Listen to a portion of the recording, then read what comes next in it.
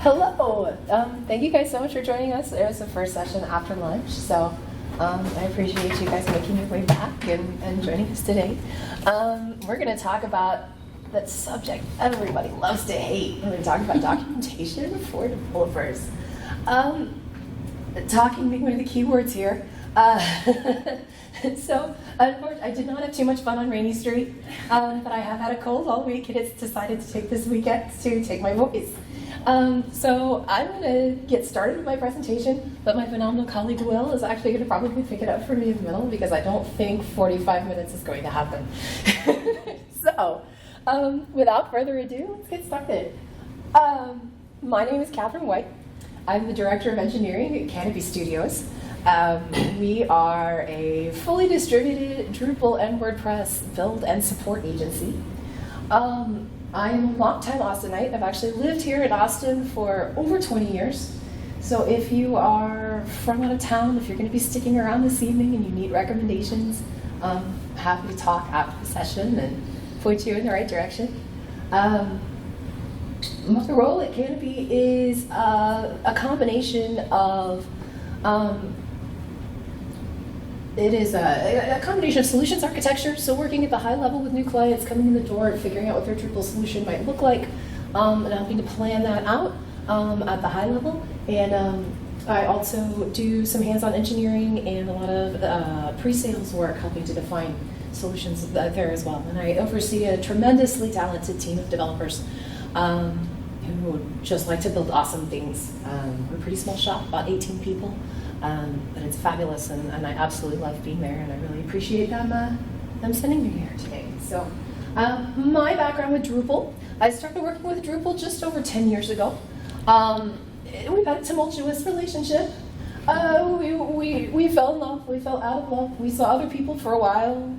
Drupal 8 happened, and I decided that maybe there was actually something lasting in the relationship that would be worth revisiting, and so here I am.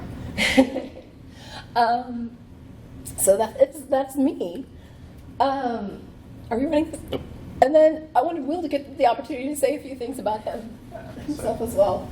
So my name is Will Jackson. I live in Aiken, South Carolina. It's not too far from Augusta, Georgia, so if you ever heard of the Masters Golf Tournament, which is just across the river from there.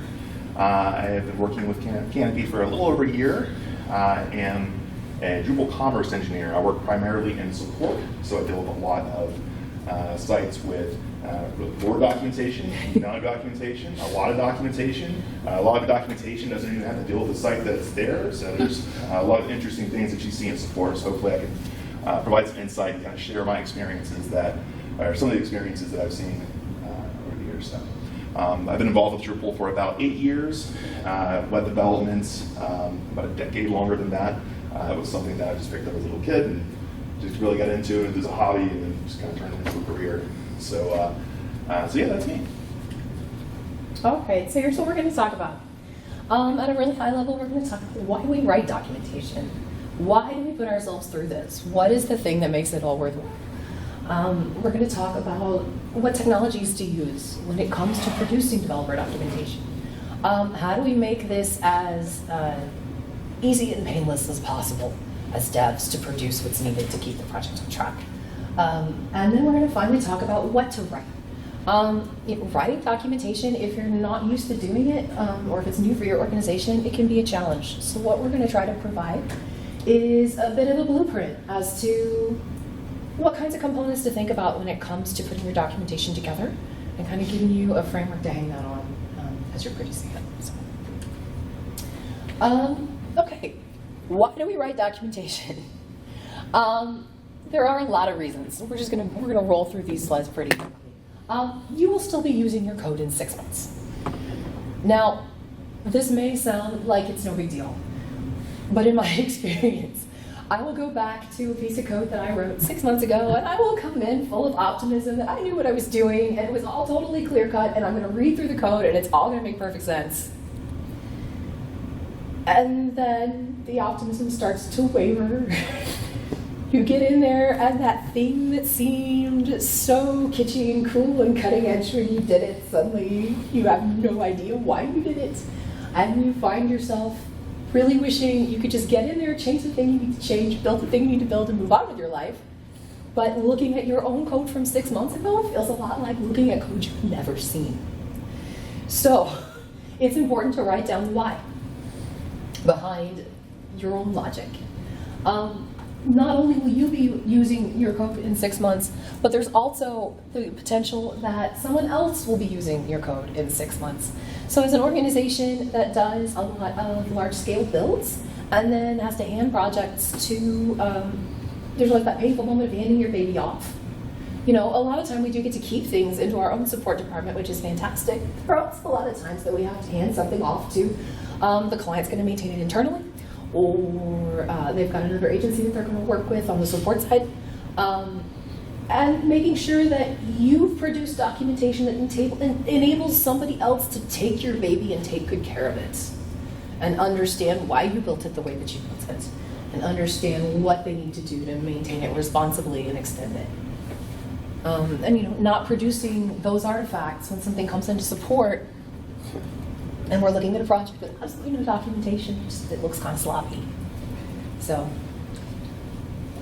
I wanted to call this out because just to reinforce this concept, don't be a statistic.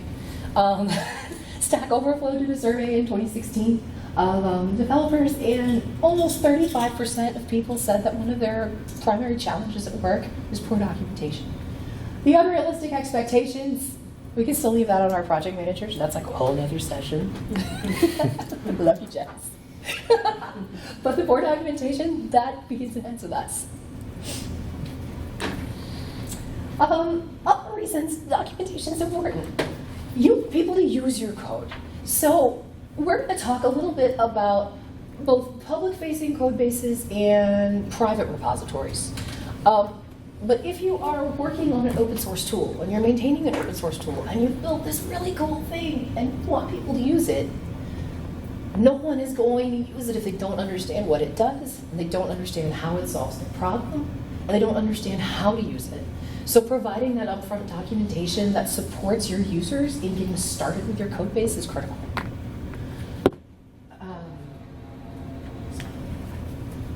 Nope, where am I?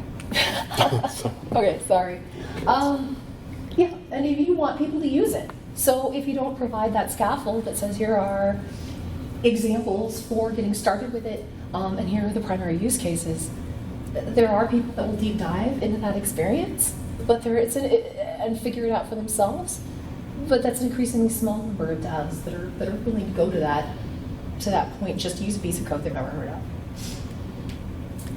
And you want people to have both.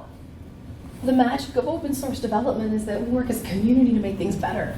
We put something out there that's an idea where we see a need and we try to provide a solution for the need, and then other people come in and they get excited about the work that you're doing and they contribute back to it.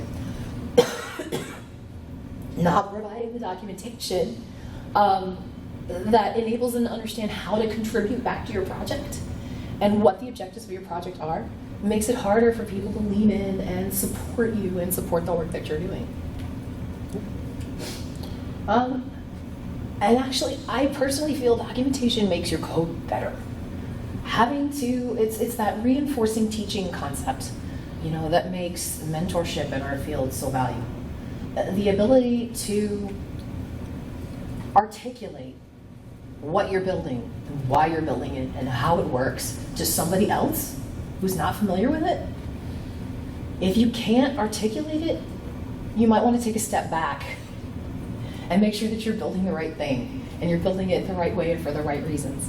Personally, I'm a huge fan of taking a documentation approach that is a README first documentation approach, where you actually outline your project up front in your project README and talk about all the things it's going to do, because it's amazing the number of gotchas that you can find in that context. Giving yourself that opportunity to do the upfront planning can make you a stronger developer, because it forces you to pull back as opposed to just diving into the code and actually think about things at a more systems level. And you want to build a better community. Interestingly, there have been some surveys done that have looked at why people go in and produce free documentation. Why do people even get involved in this? And a huge reason is the community around it. When you can articulate the benefit of a project and your vision for it and what need it serves, people get excited about it, and people will rally around it, and you will build like this amazing community of users and supporters for the important work that you're trying to do. And finally, you want to be a better writer. Technical writing is a skill.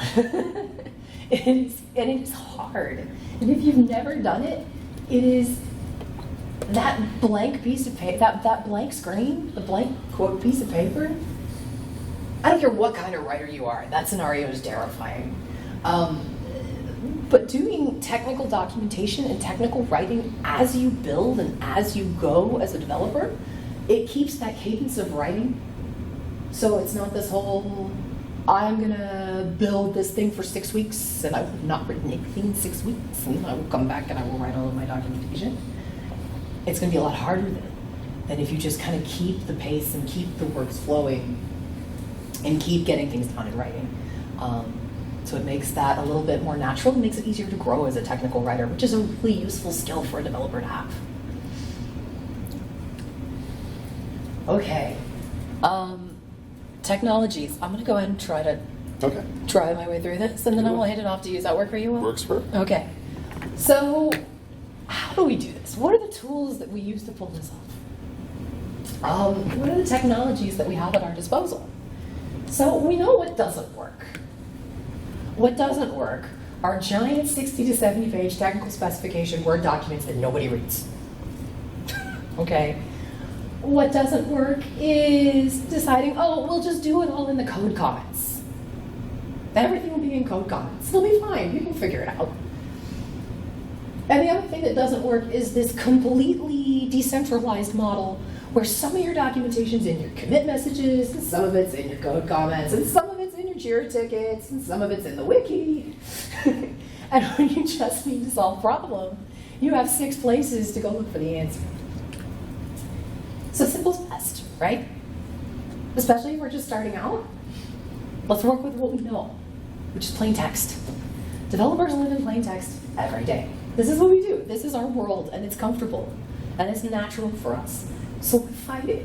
Every time I have to write technical documentation, technical specifications that are large-scale client-facing documents, I spend more time cursing at the word processing program than I do actually getting the architecture down on paper. So why do that to ourselves? Let's stick with what we know. So a basic example. Everybody, if you're using GitHub, and I hope everybody is using version control. If we're not, that's another subject we should talk. GitHub will produce a README doc. They will actually offer to produce a README file for you by default. So why don't we just roll with that? Basic example. So on the left of the screen, you'll see a Markdown file. This is just a simple plain text header, couple of bullets. Easy to read in its plain text format. Solutions like GitHub will automatically turn it into HTML for you on project load. Ta-da! Making it even easier to interact with. These files are version controlled. They live with your code base. That makes it easy to see the progression of the project over time, and to keep everything in sync with the work that's being done. And developers who are going to be in the code only have to be in one place to have all of the information they need to make the project successful. It also provides us, keeping it all with the code, we can use it as a canonical resource. So again, we talked about that decentralized model. One of the things you can do that's an easy win with documentation is just to pull all your commentary from those other sources and dump them into your README. So if you had to write test cases in a Jira ticket, and you had to write, explain it, exactly what it was that you were changing in your commit messages, and you had to put some client-facing language together for your project manager, just take all of that, pull it into the project. Literally copy and paste. Redundancy is not the enemy in this particular context. But just getting to where it's centralized is what's critical. I've got a couple of links in the presentation to some sample README files. I shared one that is a really nice example for public-facing open source projects, and another that is a nice example for private projects. Because in practicality, there are differences in the types of information that you'll want to provide for these two different working models. If you're not familiar with Markdown, I recommend this URL, markdowntutorial.com. It's a great overview of what you can do with structured text. So if this syntax is unfamiliar to you, this is a really good place to start. If you have other structured text languages that you prefer to work in, you might be interested to know that GitHub does not just support Markdown. If you'd like to use restructured text or another markup language, you do have some options there. So the next step, great, we've got a project README. We don't really want to overload that. It can become really overwhelming. So what we've actually started doing at Canopy, and if you're ready to move beyond this single file, is go into a docs directory inside your repo. And that docs directory is just populated with Markdown things. So if you need to provide deeper context, deeper information around something, or you don't want to produce a README that if you tried to print it was going to be 20 pages long, you can start to break things down into readable components and store them in a docs file, a docs folder in your README. One example of this is, another thing I strongly encourage you to have is your contribute Markdown file. So this is a standard naming convention for the document that talks about how to contribute back to the codebase. For your public-facing repositories, this is stuff like what I'm looking for in a pull request. What are the test cases I want you to override up front? Please make sure that you've pulled all the latest stuff from master before you submit something to me. Those kinds of guidelines. And on the private side, a lot of what we'll do is we'll also say these are the automated tests that we're running that we expect you to pass. These are, if you've got other test case guidelines, automated tools, any kind of workflow notes for your internal organization. It's a good place to have those so that the developers know. Markdown files are not, clicking through Markdown files in the repo, not the most efficient way to browse Markdown documentation. So beyond the raw format, there are tools available like Couscous that will actually browse through your document, your repository. It will take every Markdown file and it will publish it into HTML format with a menu that you can then, with one command, publish out to GitHub pages. I have access to every Markdown file in your directory in a much more legible format that's easier to browse. Is this work on Bitbucket?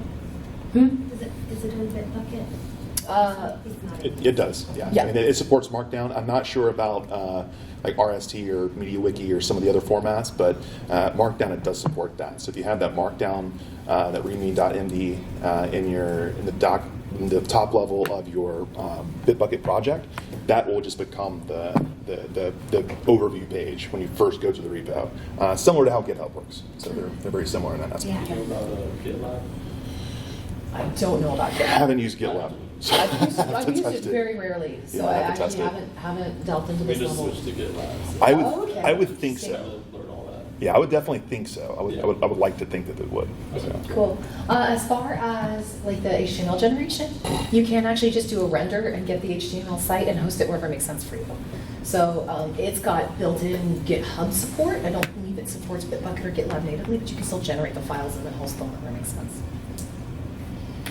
So that takes us to what to write. And at this point, I'm going to hand it over to Will and grab a bottle of water. So I think the first question we have to ask is, who are we writing for?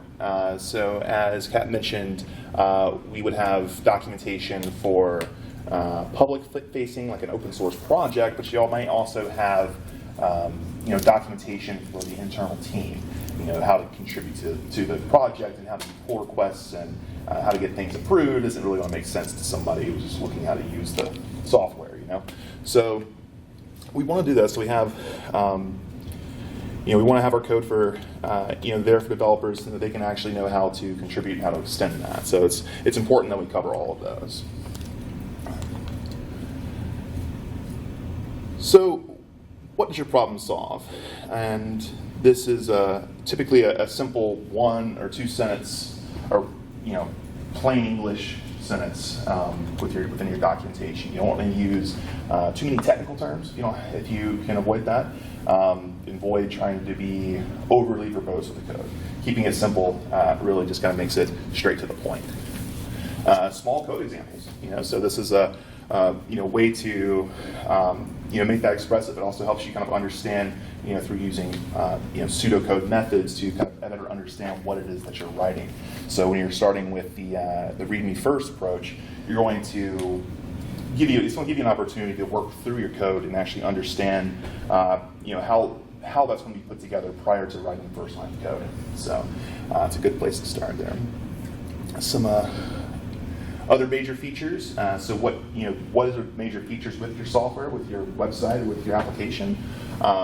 That would be very important to have there too. Installation instructions. How do you install this? Is it only for Mac? Is it for Windows? Are you doing it for Linux? Would you want to include all of these? You want to include very detailed instructions on how to get things installed. Tutorials. So like basic usage. How do you use the program? That sort of stuff, or the site. Just the overall major features of the site. You can put into a tutorial. So links to code and issues. So if we have, if you're on Bitbucket and you have your issue queue, so you can link there directly to that. Or if you're putting comments within the code or within the documentation, and then you do have an issue, an actual issue on the issue queue, link to that, because that's going to have the ongoing conversation. And actually, Kat had a recent contrib to the Drupal 8 project, where it was some deprecated code, and it was actually linking it back to where it was relevant in the code base. And this is going to help the project. It seems, Kat describes it as being small, but no, it's a great thing, because overall that's going to pull out some more useless code or deprecated code that might still be in the project, and really kind of gives people the opportunity to go and understand why that was there in the first place, why that decision was made. If we're linking it back to an issue on Drupal.org, we can see that for ourselves, we can follow along. So and any other way to get support. So if there are, if it's an internal project, who do I contact? If this is a public-facing project, is there a website with a contact form we can go to? Is there a place where I can, I guess the link to the issue queue, but it'll be similar. Usually it's just kind of right after that. Ideally, it's, especially if you're writing for the open source community, someplace they can talk to a real person. Right. Phone numbers. So giving out an email address or a way to get in touch with the maintainer of the project so that they can ask a question. A license, that's important. That's really important. If it's, GitHub is a great, when you're first creating a repository, they give you the option to include an optional license with your project. These licenses are standard, very well documented. You can go through and look at the MIT license, the GPL license, and compare those to see which ones will best fit your project and include that with it too. Because it'll save you. You think it's just adding in there, but there have been a lot of, the specifics of the thing, but there was the WordPress and one of the other guys, Wix, I believe, or Squarespace, that had an issue. It was a licensing issue, and it was a lot bigger deal than they initially anticipated. So it's something that's really simple to do, so just please include it. Drupal itself is on the GPL license, so if you're not sure what to use, defaulting to what is kind of the standard in the community is a safe way to go. So changelog. So what actually has changed with your code? When you're adding new iterations and you're adding that, what were those changes? Documenting new features, new bugs that were resolved, maybe a link to the bugs that were resolved so you can see where it was actually contributed back into the project. All of that is really useful. Cookbooks. So cookbooks. With this is going to be just ways that you can use the software, how you can apply that. Basically some recipes on how to use the website. And again, it depends on your project. When we're talking about Drupal sites, it would just be maybe some code examples, maybe how to demonstrate how to use a new class that you've created. There could be a lot of variations there, but basic instructions on how that software will be useful or what problems does it solve for that developer. Community information. So if you have a website, if you have a community around your software, having that information all in the code base is a great place to start too. Because if someone sees that code, they'll be able to know where to go to get support, know where to go to continue the conversation. If you've got a Slack channel or something else that you're using Exactly. for folks that are actually using the project. So any design documents, so design specs, wireframes, mock-ups, anything like that could be very useful to include, maybe links to that. One thing you would want to consider too is if you're including this in a repository, you don't want to bloat the repository with a lot of large files. So it might make sense to document it there so that's where everything is linked to, but maybe not necessarily include the documents within the repo, maybe just link to them maybe to a Dropbox account or different places. You can also think of this as technical design documentation. So we talked about that initially in the README up front. The structure of the project, little bits of crazy, why you maybe did what you did, so that people who are following along and trying to contribute to it understand the reasoning, the why. The documentation is all about the why. So you can also think of this as that technical design piece and breaking it out into its component. We also have local configurations. So how do you spin up your local environment? Are we using something like Doxel where it's one command and it's awesome? Or are we using virtual machine or bare metal setups? How do we get this started? How do we start working on this project? There shouldn't be any questions. If a new developer picks up a project, they should be able to pick it up and just hit the ground running. Less time doing the prerequisite work and more time doing the work. So. Another thing that we'll do at Canopy in conjunction with local configuration for our development environments, and again, this is more of a private repository scenario, but we have some local environment wars that happen on our development team about whether we should be using Docker and Doxel or whether we should be using Vagrant or and so folks will inside the documentation folders just upload their config files. So you can, if we've got a couple of different people that are rolling this site a couple of different ways, they'll provide the config for their favorite method, and whatever you're most efficient at, you have that option out there. Yeah, so the conversations are great too because it allows you to kind of flesh out the pros and cons of every single different options that are out there, as well as including any type of setup files, YAML files, anything like that that's specific for setting up. Maybe it might be Vagrant, maybe Docker file or Docker Compose file or a Doxel file. There's tons of them out there, but for the smaller plain text files or the YAML files, include them with your project. And it makes it really easy to get things started. So when new developer hits a project, they know where to go. It's in the same place. It's consistent. And there's less questions. More efficient. This is probably a good place to say, though, do document it responsibly. In that, even in private repository scenarios, don't put your credentials in your documentation or in your code base. Store those elsewhere and just reference them, tell people where to find them. But it's very easy to get lazy about that. So that's just one thing to watch out for. When you start to produce all this documentation, you're super proud of yourself. You're like, I'm going to put everything in one place, including all this stuff that no one should ever see. So do keep that in mind. Okay, so any automated testings, VHAT tests, or unit testing, or any kind of testing suites that you use. Instructions on how to use that, how that should be approached, and how that should be handled, as well as any testing assets that be included. Include that with your documentation. And it just makes it to where, again, developers, when they come into a new project, there are no questions. They know exactly where to go, what to read, how to pick a project up, and how to contribute. And because all the right documentation's there, Right. everything's just more efficient. And that way, ideally, nobody has any ugly surprises when they submit their first PR. And the system barks at them about the 100 errors that they didn't know existed. Exactly. So, also user stories, use cases. So if you have your user stories on a project, you can a lot of times take that content, that material, and include that with your documentation. So you don't have to reinvent the wheel. You can just keep what you have. Now you might need to change a little bit. You want to read it over as you're facing it through, but it can definitely save a lot of time and make that process, which a lot of people feel it might be tedious. It just makes it a lot more approachable. You've already done some work, so let's just try to reuse what we can. So that can go for user stories, any use cases. You can even do that with like your commit messages through Git or or your code comments. If you do have inline code comments or doc blocks, you can include that information there too. The big idea is just kind of keeping it in one central place to where you know where to go and when. Okay. Deployment guidelines. So how do we deploy this site? Or how do we deploy our project? So if we have done some work on a client's site, we need to know how to get this to production. Well, we don't want to go straight to production because they might want to look at it first. They might want to check it out and give you the approval to push it to production. So having your guidelines in place lets the developer know, I need to, if we're on Pantheon, I need to push up to the development environment. Oh, no, not yet. We need to go to a multi-dev environment first. Great, so let's go there first. Let's get this one feature tested. Let's get that approved. Now let's merge that into development. Then we merge that into test and production. So we have all that documented to where there are no questions and everybody's happy. Per module coverage.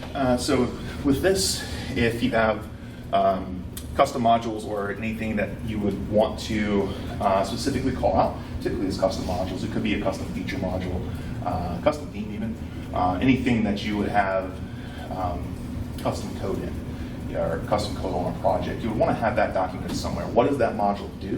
Why was it initially built? What problem is it solving? And how is it used? Is there a configuration page for this module? Is there an actual page that provides me some functions or some buttons? What is that custom module? Document that. Put that in the code.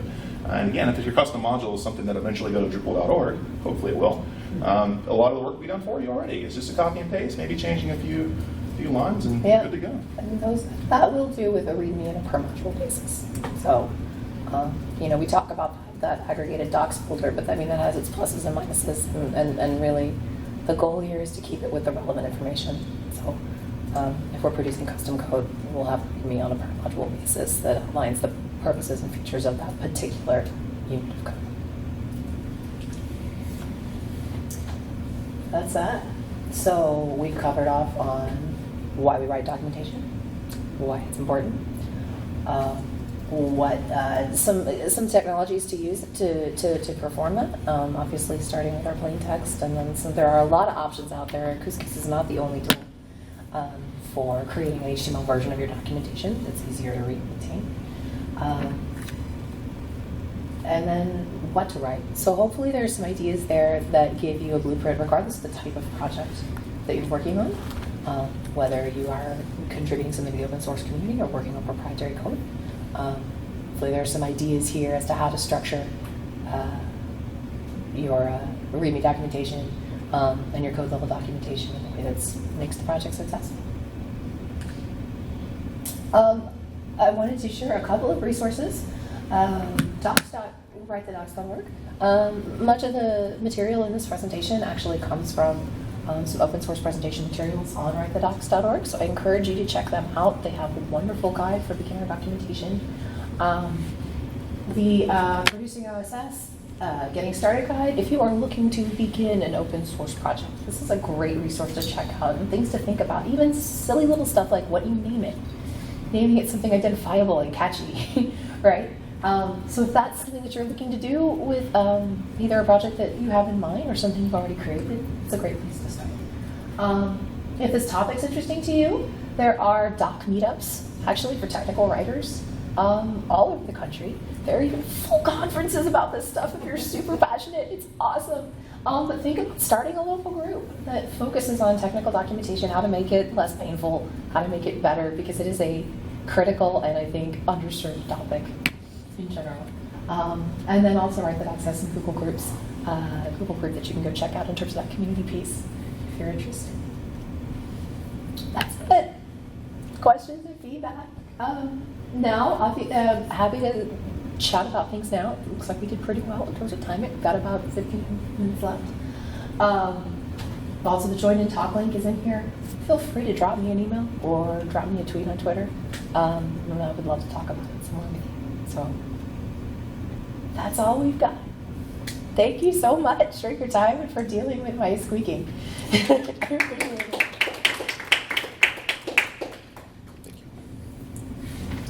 Yeah, no, that's great.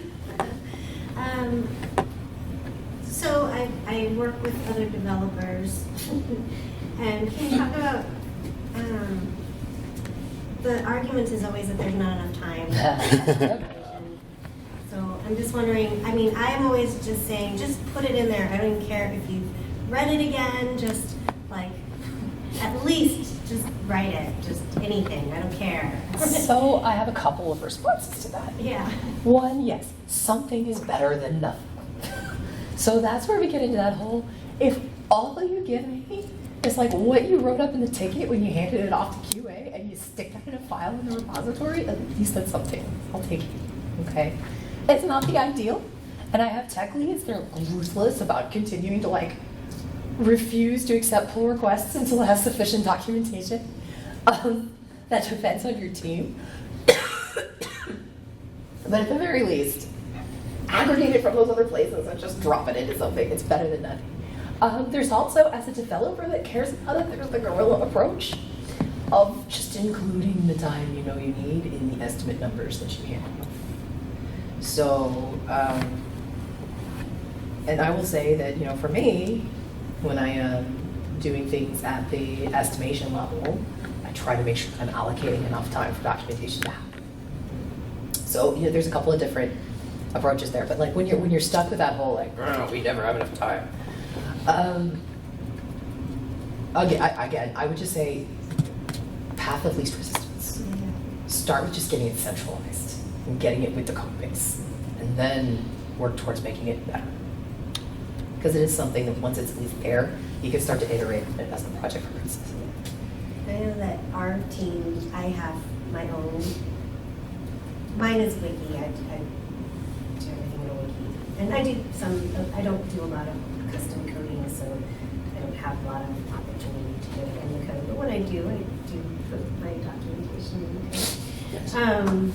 But yeah, so my coworkers who do more of the coding, and I'm trying to convince them to do more. They're not here. I am. It's recorded though, so you can Oh, send it shoot. to them. I don't know. They better not listen.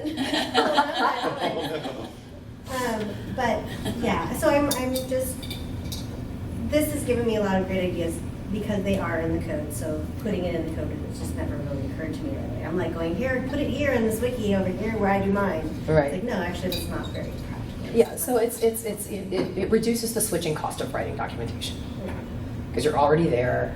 You know, the vast majority of text editors that developers are using have a Markdown preview. It's super easy to just use it, like you're already in there in the file system, in the structure, just dump it. So, because switching cost is a very real thing, and like I said, I spend so much time swearing at the word processing program, and I'm like, can't I just give the client a text file and be done? So, you know, it creates an environment that's a little bit friendlier to encouraging them to get involved in the documentation process.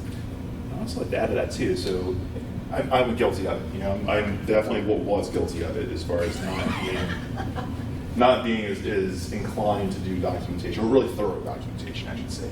I would do documentation, but it would be something I would kind of do after the fact.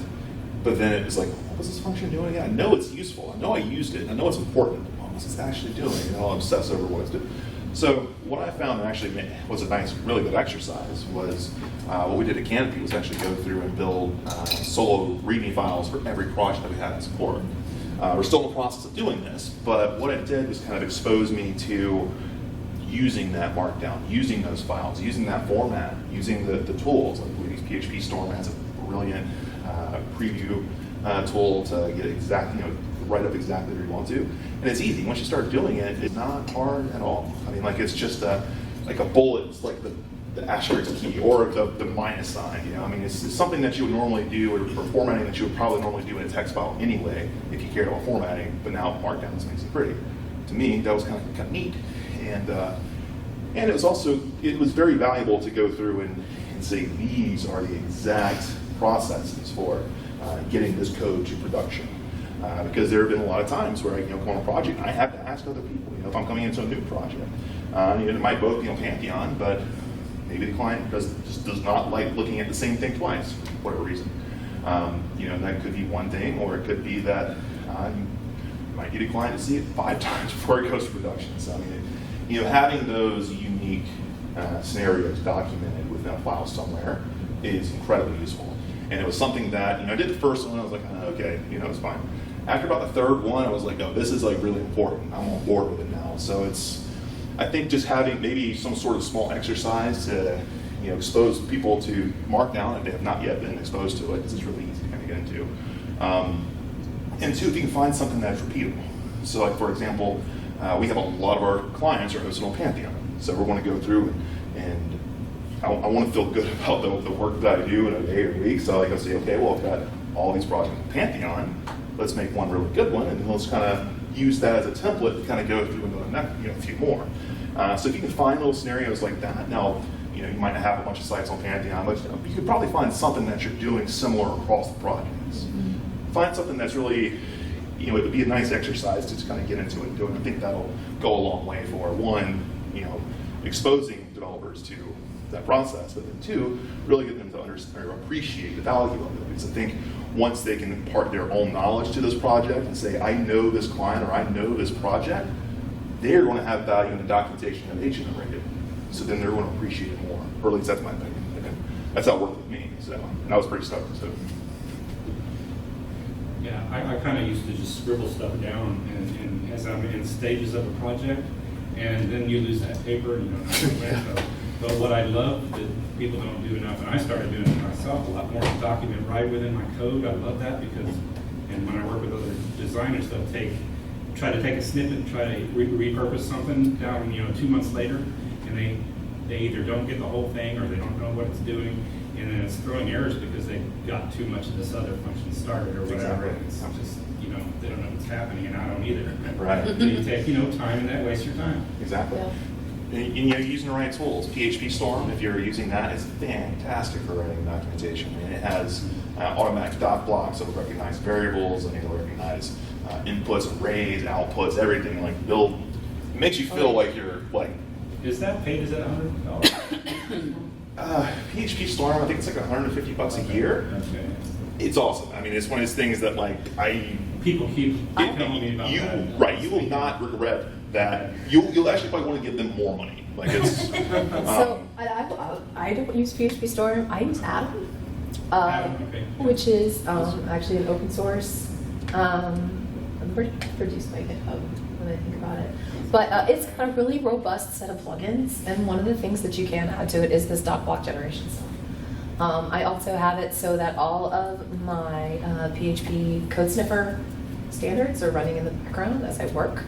So I never have ugly surprises when I go to commit, and I go into it knowing that I've already adhered to the Drupal coding standards.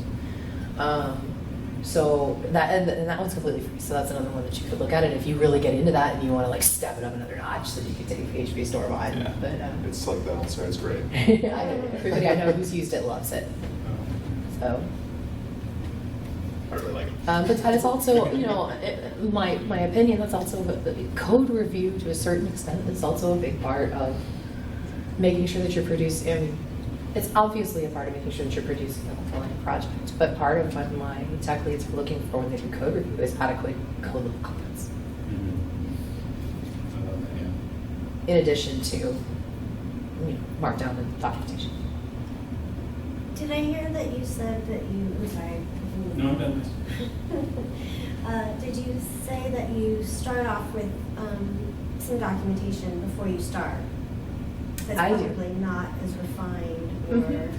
It's you can think of it almost like pseudocoding. Basically, I start writing out what my plan is for the module,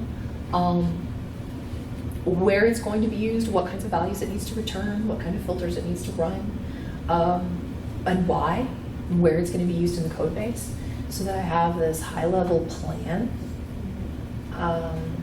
And what I find is when I start doing architectural planning at that level before I begin to code, I find a lot of gotchas that otherwise I probably would have gotten 20 hours in and then had to back out and go to plan C or whatever. So it saves me some time by doing it up front.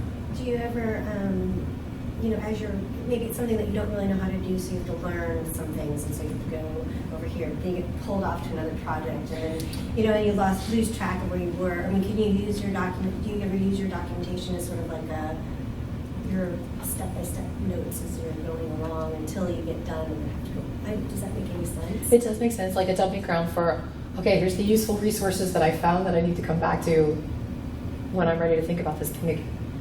I know I'm off to the races with other project. I put into my documentation that way, but it's, I don't think it's I think it's a valid use of it. That is one area where I am more prone to keep it in my working ticket, as opposed to in the documentation, but that's personal preference.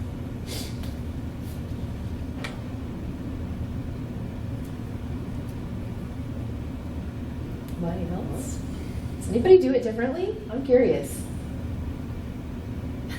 We What do just you- do like code comments. Trying to get away from that. Okay, cool. Who's It's It's really cool. so nice they can deploy assignments. Yeah, it's a neat tool. It comes with the configuration file where basically it will either crawl your entire repository and pull every Markdown file and dump it in, or you can give it specific directories to include or ignore. So it's pretty neat little. We're still trying to get better with version control and everything too, so. It's a whole process. Oh yeah, I'll fight that battle first. That's the more important. That's Totally the whole honest. thing. Are there any, Documentation. sorry, conventions for saying this in code? Are there any ways of saying this isn't really completed comment, like this isn't got all the documentation that's supposed to be here, so you will have to fill in some of the blanks if you're picking this up? In terms of standards, Yeah, any kind of, at the code level, there's the to-do tag. right, that you do. In documentation files, like your Markdown files, there's not a convention for that. Trying to think what I normally do. Issue, like you use the issue queue. You could use the issue queue. I'll actually usually just put like stuff in square brackets. This is in progress. Don't trust it. Right. Yeah. So, Truths. you know, but yeah, I'll just be like, I think this works, but I didn't test it. Let me know if you try it and it doesn't.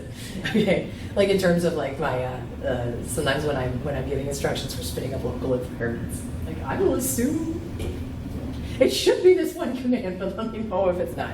Yeah, I'll just include it kind of in the code in the comments, Yeah. and I usually use like editorial brackets.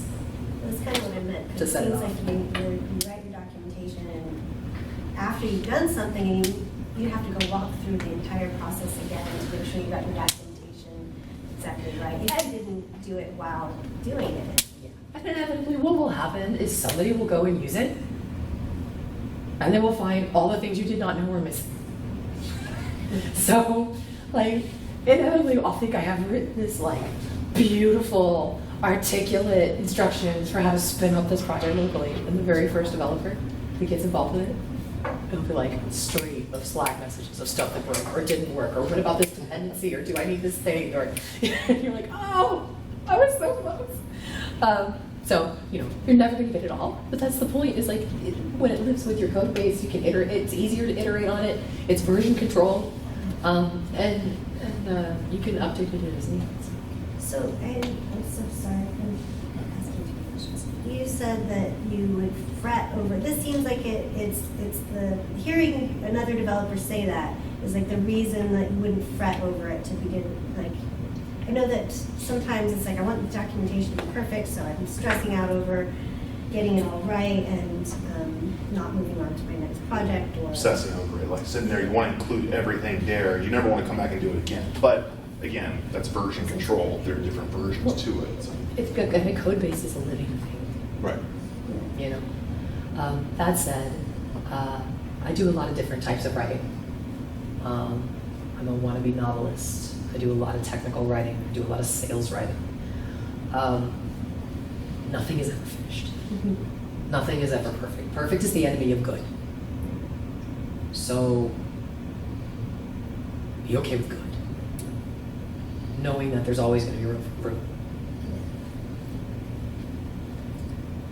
I still get kind of hung up on a little bit though, wanting to get it just No, right. of course. Back it up. You want to do a good job at the same time too. You're being mindful of budgets and times and all that Yeah, stuff I too. mean, so. writing of any form, technical writing included, is not a binary thing. You know, it's not like math. There's not this correct answer and everything else is wrong. Yeah, you could inevitably either you just reach something or you have to walk away. Say it is good enough, and I can come back another day. And again, I mean, having something there that's relevant is better than nothing. Exactly. So I mean, like that's the big thing. So you can always come back and do it again. Or Something, not nothing, good, not perfect.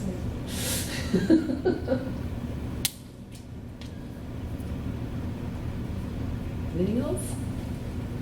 All right, well, thank you guys so much. Thank you, appreciate your time. Can we go back to the resources? Yeah, for sure.